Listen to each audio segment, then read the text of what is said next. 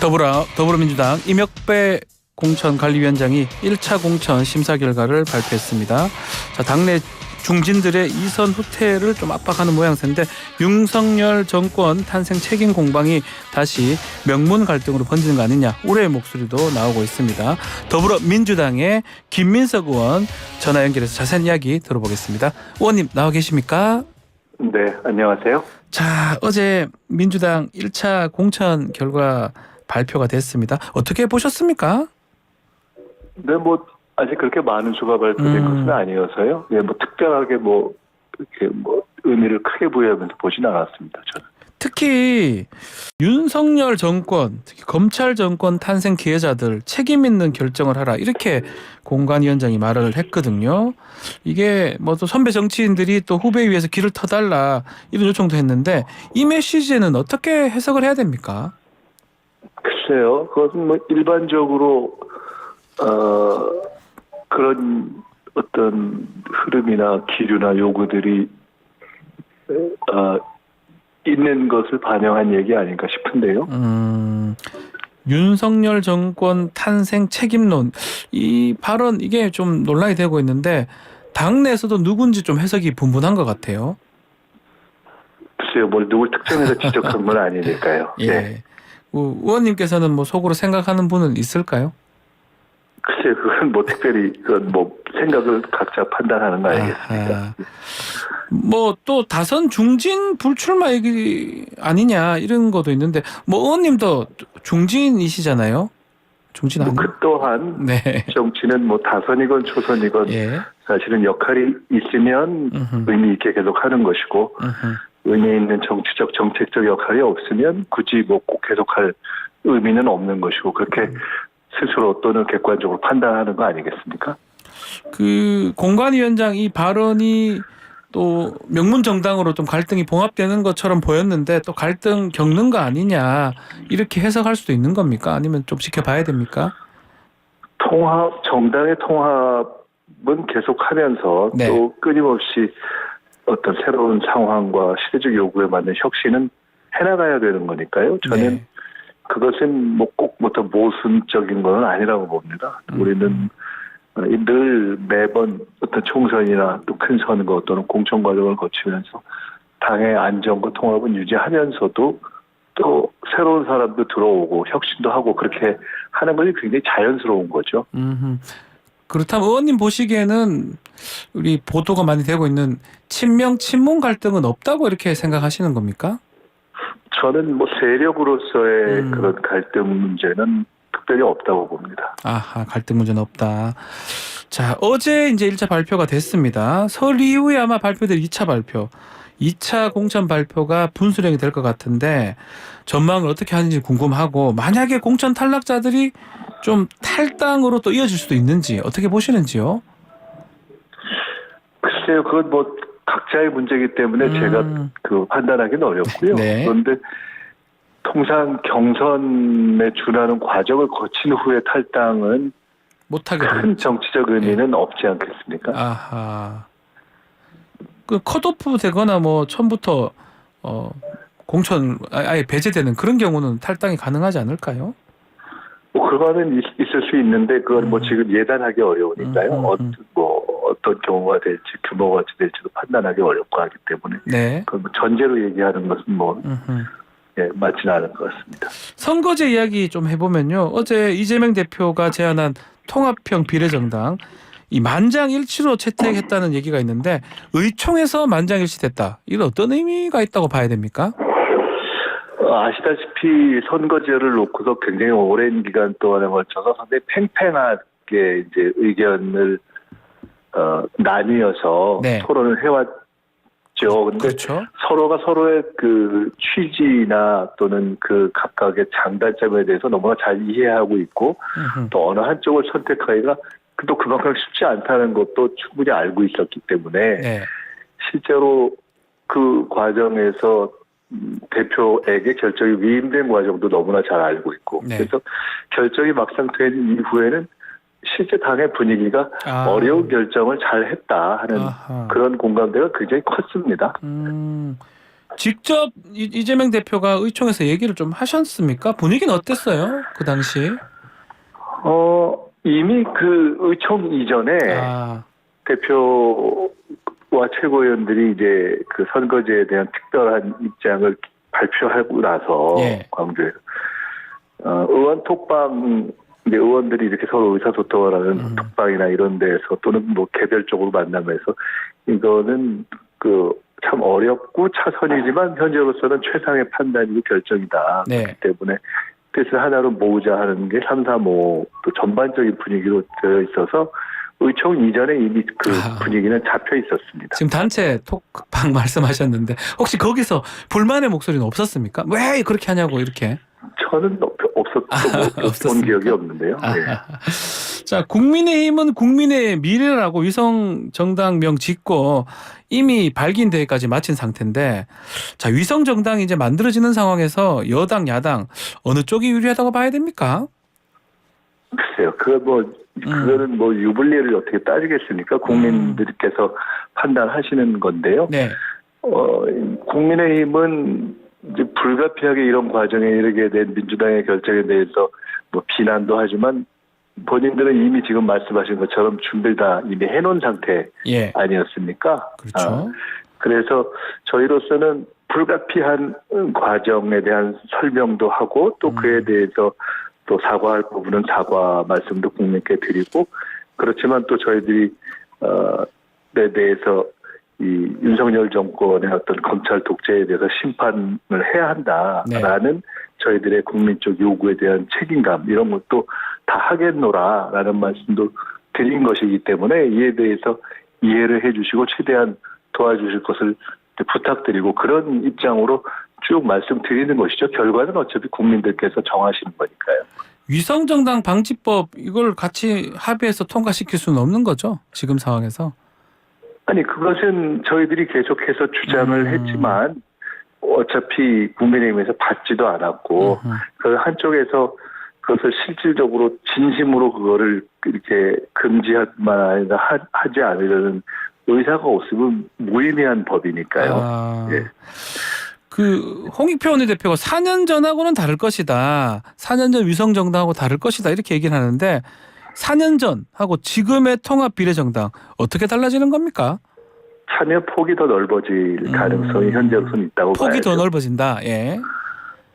그러면 뭐 지금 말씀 들어보면 범야권 빅텐트도 된다. 이렇게 볼 수 있는 겁니까?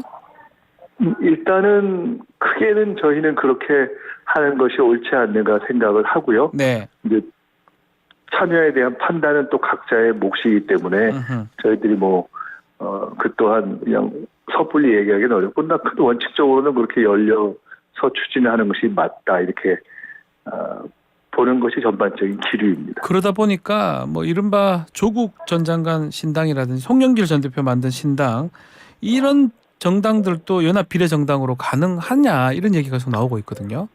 참여하는 그 정당들에 예. 대한 문제는 그 정당이 지향하고 있는 가치나 정책으로 판단이 되는 것이 맞고요. 네. 어차피 이것은 비례대표 후보를 정하는 특별한 목적을 가진 제한적 취지가 있지 않습니까? 아하. 후보 선정의 문제는 또 후보 선정에 대한 원칙과 절차와 기준이 따로 있을 것이기 때문에 네. 누구는 되고 안 된다 뭐 이런 얘기를 지금 하는 것은 보다는 실제로 어떤 가치와 정책의 세력들이 참여하느냐 또 어떤 경우는 안 되느냐 실제로 후보를 정할 때 후보는 어떤 기준을 가져야 되느냐 이렇게 논의를 하다 보면 하나하나 차근차근히 걸러질 거라고 봅니다. 좀 정의당은 녹색 정의당은 아직 뭐 정확하게 밝히진 않았지만 불참할 수 있다 이런 식으로 좀 보도가 되고 있거든요. 그건 이제 그쪽에서 판단하셔야 되겠죠. 예. 자, 한동훈 위원장이 이제 이재명 대표 위성정당 금지 약속 어긴 것을 겨냥해서 김의겸, 최강욱 같은 사람이 국회의원이다. 이렇게 얘기했던 부분 어떻게 보셨는지요? 한동훈 위원장은 이제 말씀을 어떤 한 부분을 갖고 이렇게 전체 프레임화하는 방식으로 많이 하시기 때문에 네. 뭐 그게 큰 의미를 부여할 필요는 없다고 봅니다. 그 내용 중에 뭐 위성 정당이 이렇게 만들어져서 운동권 의원이 된다. 뭐 이렇게 비판을 한동훈 위원장이 좀 했던 것 같아요. 또 우리 의원님도 뭐 학생 회장을 하셨으니까 운동권 출신이라 봐야 될 것 같고 그 부분에 대해서 조금 기분이 어떻는지도 궁금해요. 국민들이 이미 이번 총선에서의 더 큰 과제는 검찰 독재 내지는 검사 정권 또는 뭐 정치 검사들의 정치 진입 이것을 정리하는 것이 더 문제다 하는 여론이 이미 더 크게 우위인 걸로 나타나고 있기 때문에 예. 그에 대해서는 이미 국민적 판단이 크게 형성이 돼가고 있다고 봅니다. 자, 국민의힘 얘기를 좀 더 해보면요. 국민의힘은 지금 중진 희생론이 떠오르고 있는 것 같아요. 어제 보니까 5선의 서병수 의원이나 네. 예, 뭐 낙동강으로 좀 험지로 좀 출마해 달라. 여당의 중진 험지 출마 어떻게 평가를 하고 있습니까? 뭐 그것은 여야를 떠나서 항상 정치나 선거에서는 있을 수 있는 일이고요. 네. 그 다양한 방식의 험지 출마 있을 수 있죠. 그런데 이제 그게 사실 보면은 그런 어떤 아름다운 미담으로서라기보다는 용산 출신들 자리 만들기 뭐 이렇게 보이는 측면이 사실 더 크지 않습니까? 아하. 그런 측면이 더 커 보이는입니까? 그러면 서병수 의원이나 뭐 김태호 의원 그 지역구에 좀 용산이나 좀 그런 분들이 가고 이분들은 좀 험지로 간다 이렇게 해석을 하고 있는 겁니까? 시간이 지나면 드러날 것이고 이미 뭐 그런 기류가 전체적으로는 한동훈 위원장이 말은 그럴싸하게 하지만은 실제로는 용산 뜻대로 돼가고 있다 하는 것이 뭐 이번에 뭐 마포라든가 뭐 이런 등등에서 다 이미 드러나고 있는 것 아니냐. 김경률 비대위 불출마 선언 말씀하시는 거죠? 예. 그럼 결국은 한동훈 위원장보다는 좀 대통령실이나 용산의 뜻대로 공천이 진행될 것이다 이렇게 생각을 하시는 겁니까? 한동훈 위원장이 뭐 맹종은 안 한다 이렇게 얘기했지만은 네. 실제로는 큰 흐름에서 이미 용산 뜻대로 이렇게 되고 있는 것이 뭐 나타나고 있고 그에 대해서 별 말씀을 못 하시잖아요. 자, 민주당도 중진들 희생 부분 얘기해서 좀 뚜렷하게 뭔가 나오지는 않는 것 같습니다. 그건 어떻게 봐야 됩니까? 민주당은 이미 뭐 우상호 의원부터 시작해서 다양한 방식으로의 불출마가 이미 훨씬 많은 숫자가 이루어지고 있죠. 그리고 네. 여러 가지 방식으로 아직 시간이 있기 때문에 진행될 거라고 봅니다. 자, 운동권 심판론 국민의힘이 계속 얘기를 하는데 좀 전에도 말씀을 하셨지만 의원님은 이념이 아니라 정책으로 답하겠다라고 말씀을 하셨어요. 그 정책 답하는 부분 구체적으로 무엇을 의미하는지 좀 궁금합니다.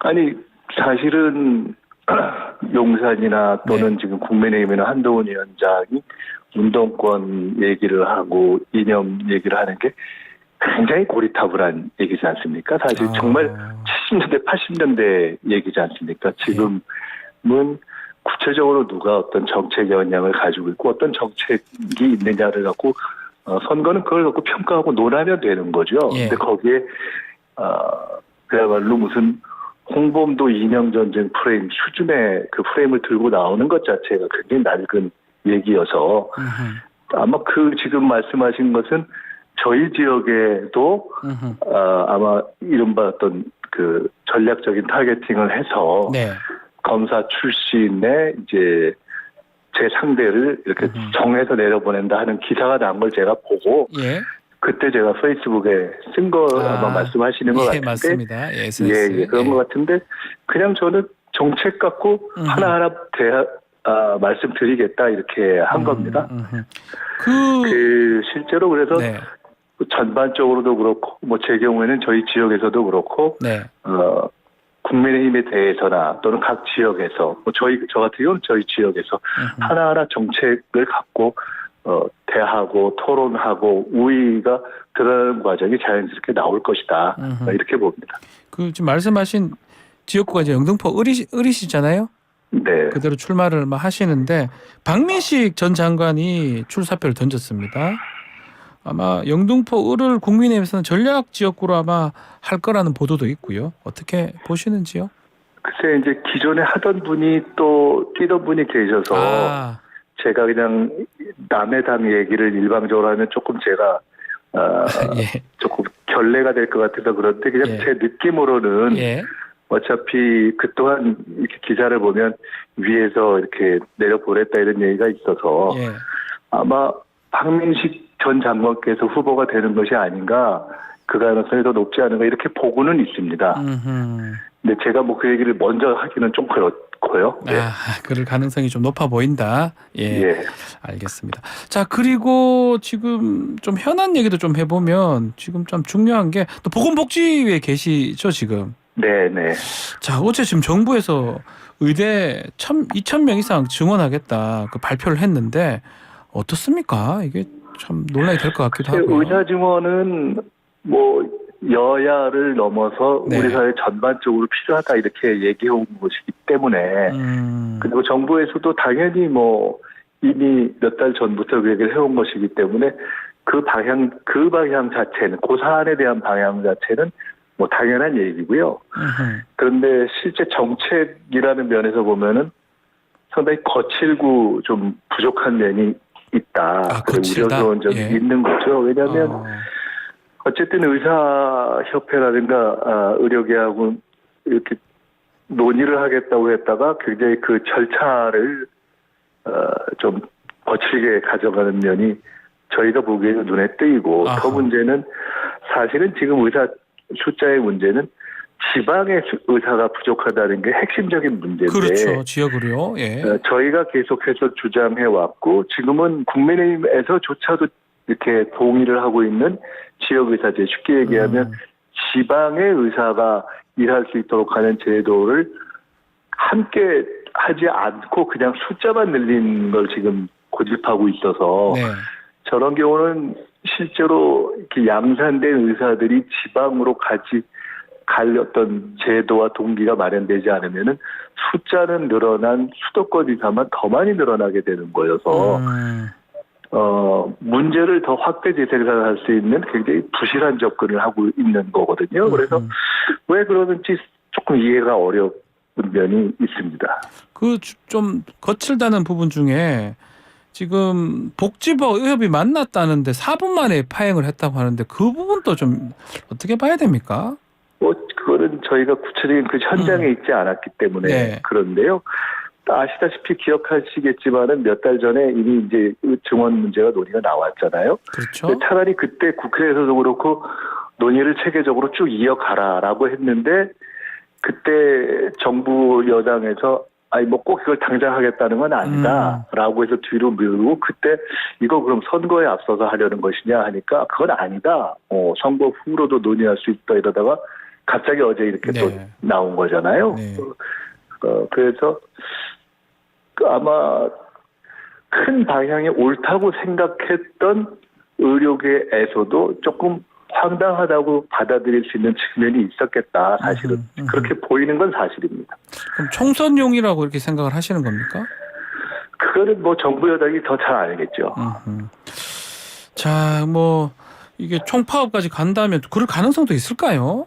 의사들? 이제 그렇게 안 되기를 저희가 바라는 거고요. 결국은 정부 여당의 책임이라는 것은 이런 정책을 하면서 실제로 문제가 최소화되도록 하는 것이기 때문에 정부가 이 문제를 총파업으로 가지 않도록 잘 이렇게 똑같은 방향을 가더라도 잘 풀어가는 것을 주문하는 그런 입장입니다. 자, 민주당의 공약 얘기도 좀 정책 얘기도 좀 해보면 네. 최소 주 5일 경로당 점심 제공 공약을 했는데 또 국민의힘은 또 7일로 늘리겠다 뭐 이렇게 또 맞불을 놨어요. 어떻게 보십니까? 제가 정책위 의장을 할 때 얘기를 시작해서 주 5일 공약 적어서 제가 처음에 사실은 얘기를 한 거고 전국적 정책으로 됐고 저희 지역에 대림동에 실제로 이재명 대표께서 처음 오셔서 이거를 이렇게 전국적인 공약으로 하겠다고 선포도 했고 저희 영등포는 그렇게 해서 이제 내년 예산을 실제로 증액도 하고 이런 사안입니다. 그래서 보면은 이게 실제 현장에 가보면 경로당에서 식사를 하시는 것이 굉장히 중요해지고 있거든요, 점점. 그래서 이건 이제 필요한 방향입니다. 그래서 네. 그런 방향을 국민의힘에서 늦게라도 받아들이는 것은 과거에 천원의 아침밥 때 아하. 저희가 문제 제기하니까 받아들였던 것처럼 그 자체는 좋은 일인데 네. 사실 이것도 정책이라는 면에서 보면 네. 조금 생각을 덜한 것이 아닌가 봅니다. 저는 네. 정리해 주십시오. 예. 월화수목금 주 5일 정도가 현재 추구할 수 있는 적정 목표다 이렇게 봅니다. 5일 정도가 왜냐하면- 맞지 이런 건요. 왜냐하면 토요일, 일요일은 각각의 경로당에서 식사를 제공하는 방식으로는 인원이라든가 또는 그거를 하는 도우미들 이런 문제를 볼 때 그렇게 효율적인 방법이 아닐 가능성이 높습니다. 알겠습니다. 그것은 예. 주말은 또 다른 방식으로 보통 해결하기 때문에 저것은 뭐 따라하는 건 좋은데 뭐 알겠습니다. 그건 제가 뭐 좋다고 보지만 조금 생각을 더 했었으면 좋았겠다 이렇게 봅니다. 알겠습니다. 자, 오늘 말씀 여기까지 듣겠습니다. 감사합니다. 네, 감사합니다.